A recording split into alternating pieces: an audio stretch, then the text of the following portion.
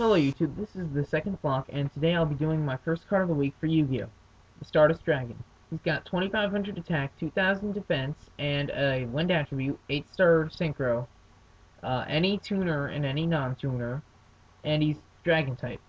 His effect, as a lot of you people know, but some of you of course don't, or else I might not be doing this card, is that you can treat him to negate any effect that destroys a card on the field, and then destroy that card, and then at the end of the turn he comes back to your field. That's pretty good, but he does have some weaknesses, which I'm here to exploit, since I couldn't find any ways to strengthen him. Because even in an equipped card deck, one of his main weaknesses is he's a level 8 with low attack, for a level 8. So, one of his weaknesses is low attack, and you want to increase that, but since he's going to be leaving the field so often, as that would be the only reason you would play him, it's not worth giving him equip spells.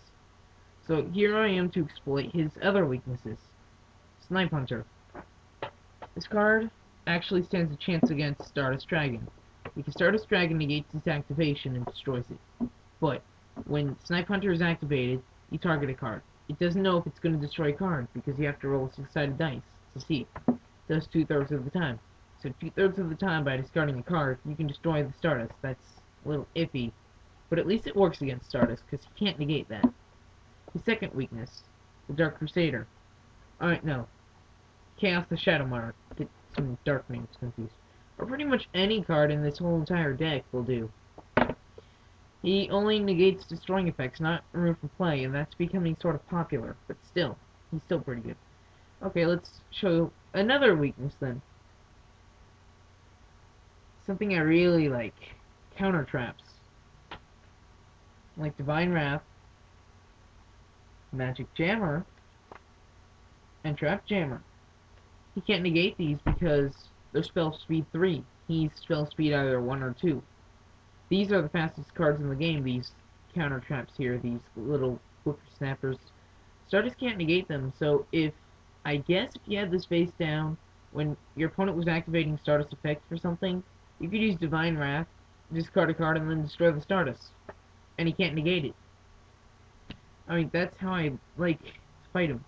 But of course, in my deck, I wouldn't be using him as much as I do unless I had cards to cover him. So let me exploit his little helpers. For one of his main weaknesses, I have cards like Lightning Vortex to destroy my opponent's monsters, Swords of Revealing Light to keep them from attacking, so that they can't destroy the Stardust by battle. I can also pull any card I need from my deck with Different Dimension Capsule, Magic Cylinder the one time they try and attack me, protect myself from the stronger monsters with Scrap Iron, destroy their strongest monsters with Sakuretsu, and that way I keep my Stardust safe. Plus I also run counter traps, because if you know how I was talking about earlier, like how they can't negate the counter traps if Stardust can't. Well, what if you had counter traps face down too? You negate the activation of the counter trap that's negating your Stardust. And then Stardust pulls through, your opponent loses a counter trap. And they're not really that common. They should become common. I don't know why. They're the fastest cards in the game. Well, that's the card of the week, Stardust Dragon. I'm gonna have to give him, on a scale of 1 to 10, if you can use him right, I guess a 9. If you can't get him right, use him right, I guess a 7. He's pretty good. That's all for now. See ya. This is the second block signing off.